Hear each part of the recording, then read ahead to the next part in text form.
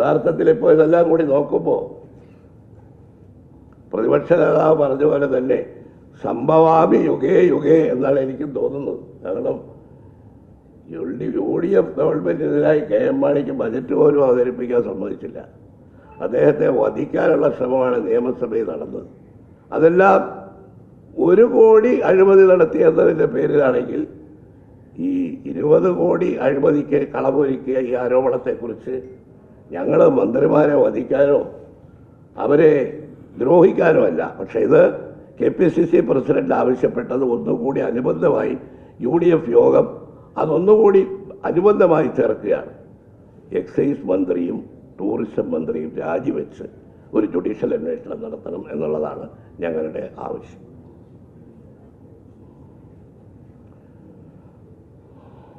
ലോക്സഭാ തെരഞ്ഞെടുപ്പിന് ശേഷം ഇന്ന് UDFൻ്റെ ഏകോപന സമിതി കൂടിയതാണ്. ഞങ്ങൾ ലോക്സഭാ തെരഞ്ഞെടുപ്പിനെക്കുറിച്ച് ഒരു വിലയിരുത്തൽ നടത്തി. ഓരോ പാർട്ടികളും വിലയിരുത്തൽ നടത്തിയതിന് ശേഷം UDF നടത്തിയ ഇന്നത്തെ വിലയിരുത്തലിൽ ഘടകകക്ഷി സ്ഥാനാർത്ഥികൾ മത്സരിച്ച നിയോജക മണ്ഡലത്തിൽ ഉൾപ്പെടെ എല്ലാ നിയോജക മണ്ഡലങ്ങളിലുമുള്ള തെരഞ്ഞെടുപ്പിൻ്റെ ഫലത്തെക്കുറിച്ചുള്ള വിലയിരുത്തലിൽ 20-ൽ 20 സീറ്റും UDF വിജയിക്കും എന്നാണ് ഇന്നത്തെ വിലയിരുത്തലിൽ UDF യോഗം ആ വിലയിരുത്തലിലൂടെ ഞങ്ങൾ എത്തിച്ചേർന്ന ഒരു അഭിപ്രായം.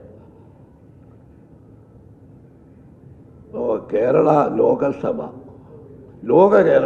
കേരള ലോകസഭയല്ല, കേരള സഭ നടക്കാൻ പോവുകയാണ്.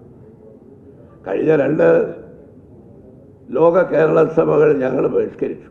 കാരണം അതിൻ്റെ കൺസെപ്റ്റ് തന്നെ നമുക്ക് അംഗീകരിക്കാൻ കഴിയാത്തതാണ്. പ്രവാസികളുടെ പ്രശ്നങ്ങൾ ചർച്ച ചെയ്യാനും തീരുമാനമെടുക്കാനും നിയമസഭാ സ്പീക്കറെ അധ്യക്ഷനാക്കിക്കൊണ്ട് ഈ നിയമസഭയുടെ മാതൃകയിൽ ഒരു സഭ ഉണ്ടാക്കിയതിനെ ഞങ്ങൾ അന്ന് എതിർത്തിരുന്നു.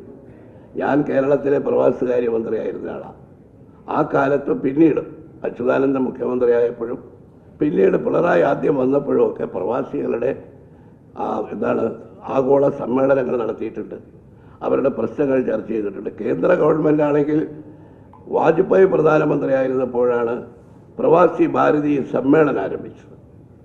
ആദ്യം മുതൽ ഒരു 6-7 സമ്മേളനങ്ങളിൽ കേരളത്തിലെ പ്രവാസികാര്യമന്ത്രി എന്നും പിന്നീട് നോർക്കയുടെ ചെയർമാൻ എന്ന നിലയിൽ ഞാൻ പങ്കെടുത്തിട്ടുള്ളത്. അത് തന്നെ വാസ്തവത്തിൽ ഈ പാശ്ചാത്യ രാജ്യങ്ങളിൽ നിന്ന് അമേരിക്ക, യൂറോപ്പ്, കാനഡ അവിടെ നിന്ന് അവർ ആളുകളെയൊക്കെ വിളിച്ചു വരുത്തി ഒരു വലിയ ആഡംബരമാണ്. കോടിക്കണക്കിന് രൂപ ചിലവാക്കി ഈ പ്രവാസികളുടെ പ്രശ്നം ചർച്ച ചെയ്യലാണ്. പ്രവാസി ഭാരതീയ സമ്മാൻ അവാർഡ് കൊടുക്കുന്നുണ്ട്.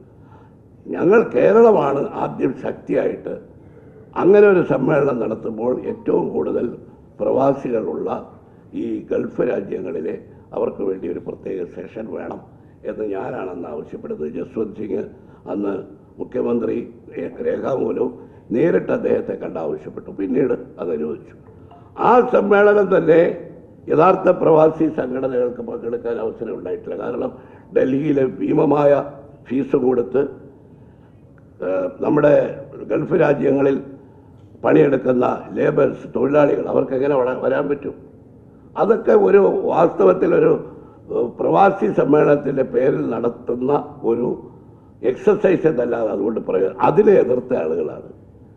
ആ കേന്ദ്ര ഗവൺമെൻറ് നടത്തിയ പ്രവാസി ഭാരതീയ സമ്മേളനം ഒട്ടും ഫ്യൂട്ടൈൽ എക്സസൈസാണെന്ന് പറഞ്ഞ മാർക്സിസ്റ്റുകാർ അവരുടെ പ്രവാസി സംഘടനയാണ്. ഇവിടെ എന്താ ചെയ്തത്? നിയമസഭയുടെ ശങ്കരനാരായണൻ തമ്പി ഹാളിൽ നടക്കുന്നു എന്നല്ലാതെ നിയമസഭയിലേതുപോലെ സ്പീക്കറിൻ്റെ അധ്യക്ഷത അവിടെ ഒരു സമ്മേളനത്തിൽ ഏതോ ഒരു ചാനൽ ചർച്ചയിൽ പറയുന്നത് കേട്ടു, ഞാനും കണ്ടതാണ്. ബില്ല് അവതരിപ്പിക്കുന്നു, ഒരു വ്യവസായ പ്രമുഖൻ ബില്ല് അവതരിപ്പിക്കുക. ആ ബില്ലിനെ മുഖ്യമന്ത്രി പറയുകയാണ് ഭേദഗതിയൊന്നുമില്ലാതെ ബില്ല് അംഗീകരിച്ചിരിക്കുന്നു. എന്താ ഈ ബില്ല് അംഗീകരിക്കാൻ അവതരിപ്പിക്കാൻ ഈ സഭയ്ക്കുള്ള അധികാരം?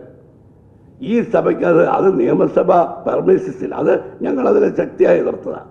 ഈ 2 കേരള സഭകളിൽ എടുത്ത തീരുമാനങ്ങൾ എന്ത് നടപ്പിലാക്കി?